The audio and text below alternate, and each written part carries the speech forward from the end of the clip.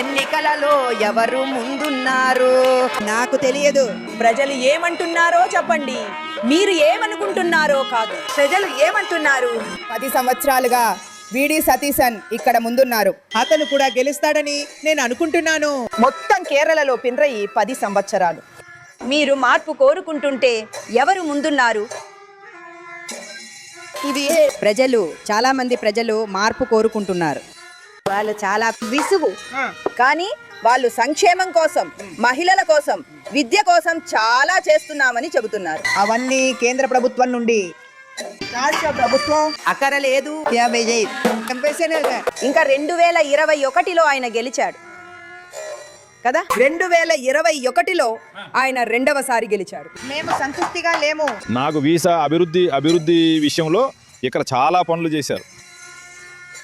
ఇంకా ఈ మన విద్య విషయంలో అలాగే మిగతా విషయాలన్నింటిలోనూ ప్రభుత్వానికి మంచి ప్రగతిశీల దృక్పథాలు ఉన్నాయి.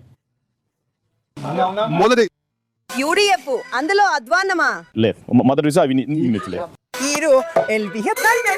అలా చెప్పాలంటే నేను ఎల్డిఎఫ్ నమ్మేవాడిని. కానీ వీసీ గారితో వ్యక్తిగతంగా నాకేమి ఇబ్బంది లేదు. అది రాజకీయపరమైన మన ఒక దృక్పథం. నేను చెప్పింది అది కావాలి. ప్రజలకు మంచి పనులు చేయాలి. 78 పంచాయతీల్లో 71 యూడిఎఫ్ కాగా ఎల్డిఎఫ్ కేవలం 7 పంచాయతీలను మాత్రమే పాలించగలిగింది.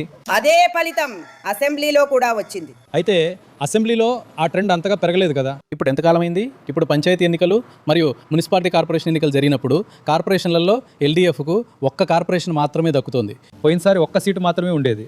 ఈసారి అలా కాదు. ఇంకా బీజేపీ తిరువనంతపురం కార్పొరేషన్ గెలుచుకోలేదా? అయితే మరి చెప్పొచ్చు కదా. ఇప్పుడు అంటున్నారు కదా ఈ బంగారం విషయాలన్నీ సంక్షోభాలు లేవు. ఇప్పుడు అధికార పక్షం చేతిలో చాలా సమస్యలు ఉన్నాయి.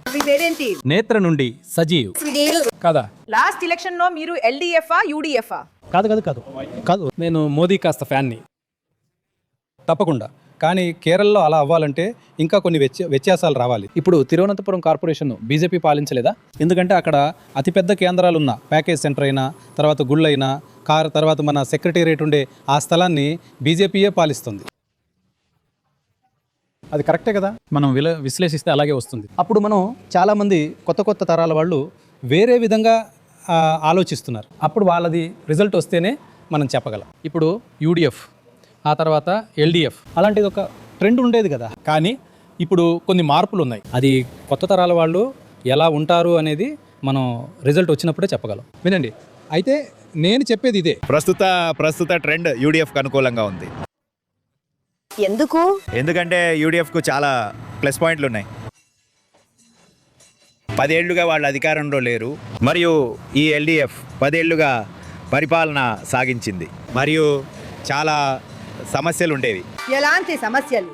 అంటే ఒక విషయం ఏంటంటే అది ఒక రకమైన ప్రజలు ఏమన్నారంటే పినరయి విజయన్ నేతృత్వంలోని మార్క్సిస్ట్ పార్టీయే ఈ వ్యవహారం అంతా నడుపుతోందని.